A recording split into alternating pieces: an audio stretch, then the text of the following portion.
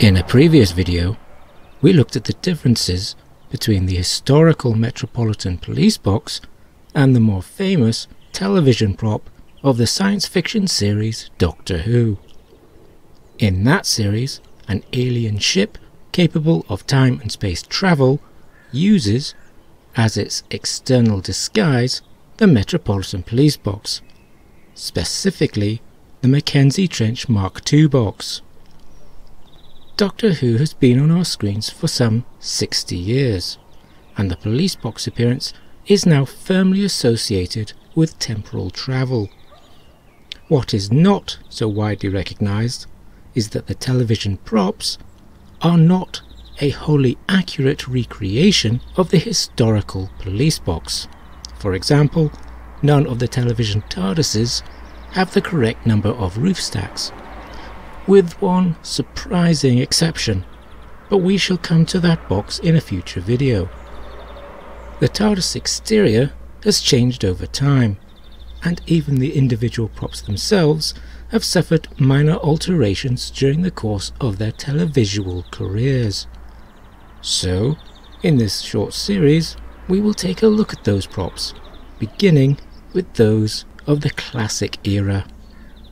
If detailed analysis of the many TARDIS police box shells is something that interests you, then there are few websites as comprehensive as TARDISbuilders.com. It has a reference section devoted to each box, and even to every appearance in every Doctor Who episode. The first police box prop was designed by Peter Brahatsky and first appeared in the episode An Unearthly Child, the first ever Doctor Who episode, aired the day after the assassination of US President John F. Kennedy. Initial footage and images from the production show a very clean police box and a tracking shot following Barbara into the TARDIS.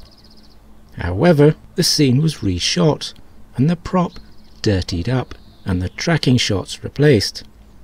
The Brahatsky box was used by the first Doctor, William Hartnell, and remained relatively unchanged until his penultimate serial, The Smugglers, in September 1966, when the prop was shortened and the broad forehead disappeared.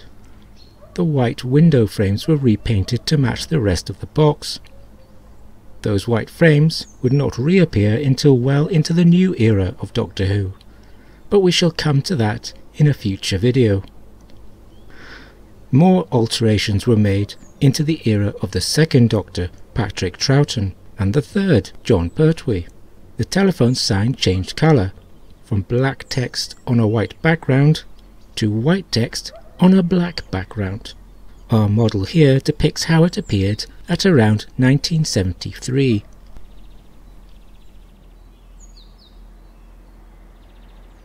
The Brahatsky prop continued on through John Pertwee's tenure and into that of the fourth Doctor, Tom Baker.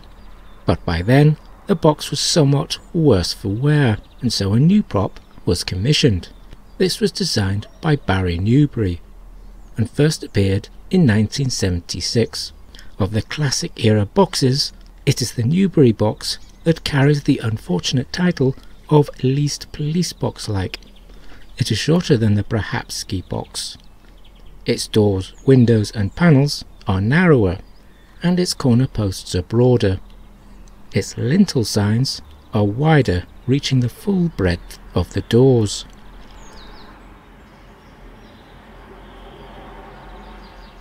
The Newbury box did not last as long as its predecessor, departing in 1980, although it did make a few appearances, notably in a modified form, in 1981's Logalopoulos. By then, it had been replaced by a fiberglass prop designed by Tom Yardley Jones. If you became a fan of Doctor Who in the 1980s, then this is your box. Peter Davison, Colin Baker and Sylvester McCoy all used the Yardley Jones box. Somewhat unfairly described by a poster on TARDISbuilders.com as a painted wardrobe, This design saw a return to a more faithful representation of the police box, although it was not 100%. Its sides were shallower, as were its windows and panels. It is reported that this prop had doors fitted on the back as well as on the front. This is interesting as far as the hammered or pebbled window panes are concerned, as they seem to have been arranged differently on the back. The Yardley Jones box survived even the 1989 cancellation of the series, and made a final appearance in a 1993 Children in Need television special called Dimensions in Time. But for any future revival of Doctor Who, a new prop would be needed. So there you have them, the classic era TARDIS props. In our second video, we will look at the movie props, the one from the 2 Peter Cushing films and the one from the 1996 television movie.